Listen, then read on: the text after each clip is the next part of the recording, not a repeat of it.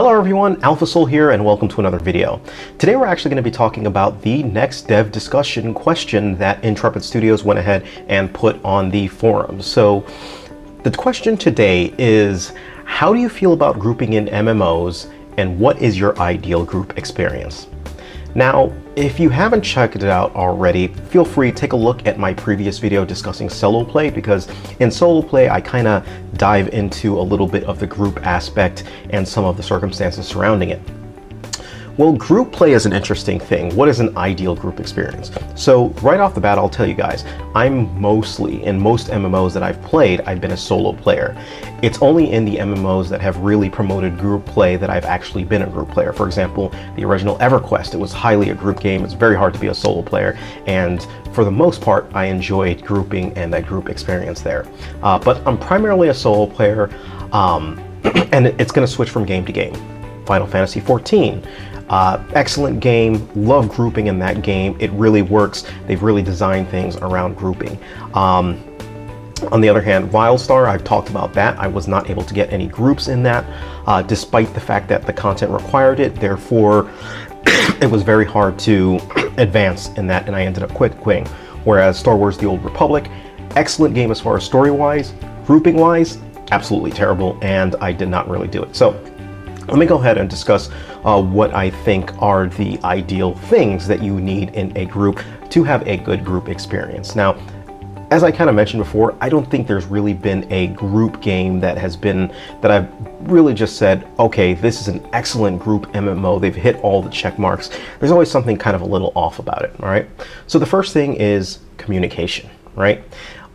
Communication has to be paramount within a group. I don't care if you're going to do it, whatever the game is that you design. I believe that it's gotta foster that communication between group members, whether it be chat, whether it be voice chat, however you decide, it needs to kind of make sense within that game and reduce the burden of kind of going or operating with each other. Now, I have taken a peek at some of the kind of communication options, for example, in the new first-person shooter game Apex Legends, and they revolutionize kind of what you could actually do with it without even actually talking. Things of that nature. And if you're not sure what I'm talking about, just go ahead, do a search on it. I don't want this video to get a little bit too long, but being able to supplement your content and make it easier to communicate amongst group members, absolutely paramount. The second thing, it's gotta be valuable. What do I mean by valuable?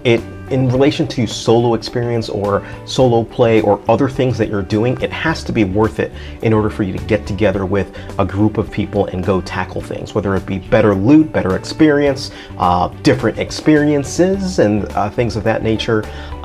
They all need to kind of round out to balance out the fact that you gotta, share loot with group members, you gotta juggle experiences. It can't be, I truly believe that in order to have a successful group thing, you really can't compare the two between group and solo play. You should be able to do both, but there should be a clear advantage to being in a group, because if it's not, then people are just going to gravitate towards solo, and it's going to kind of kill your group experience. The third thing, role variation, right? It's more fun to me when groups have a varied role, and as MMOs have kind of developed, we've kind of digressed into and lost a lot of the roles that we originally had. For example, traditionally when you think about roles in MMOs, you think about the tank or the Trinity, right? Think about the tank, the healer, and the DPS, right? But there's more than that, and can be more than that. There can be buffers, force multipliers, people that can make other group members more effective. You can have crowd controllers, people that can take other creatures out of the group, or kind of control the battlefield, control movement. You can have utility. There's various utility that you can actually add on to it, or you can have even, you can even have different sorts of DPS, and you can think about DPS in different ways. I like role variation, and it's kind of, it's got to fit within the MMO as well too, so that you don't absolutely need each of those groups depending on the content. Otherwise, you kind of get in the scenario where, hey, we don't have a crowd controller, we can't do this content.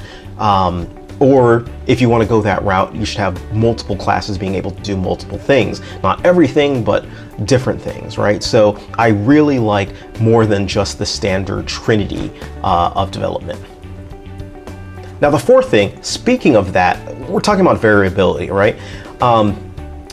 I think I realize why a lot of MMOs have kind of scaled back on their roles, and it has a lot to do with some roles aren't as popular as other roles, and if you need those kind of, you know, other roles in, then you start to gate your content, right? Your content starts to be harder to access, just because not every role is going to be around at every time, right?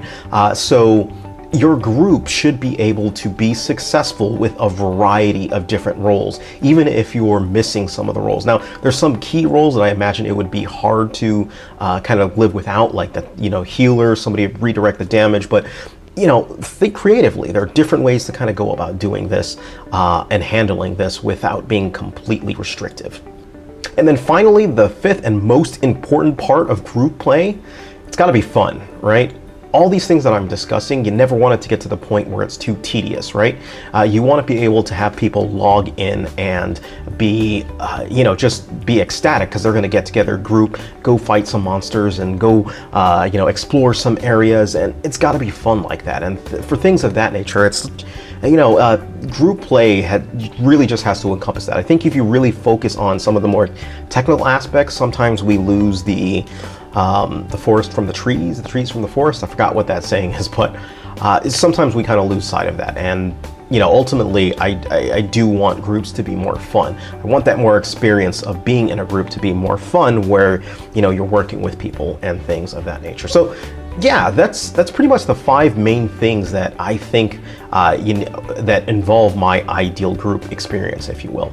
And if I was to, you know, kind of zero in on the most important ones, I'd probably say the second one being valuable, and then the third one, role variation. I genuinely think are the most important things for an ideal group experience. But hey, that's just me. Curious what you guys think. Let me know in the comments. That's pretty much it, guys. Thank you guys. Take care of yourselves. Alpha Soul out.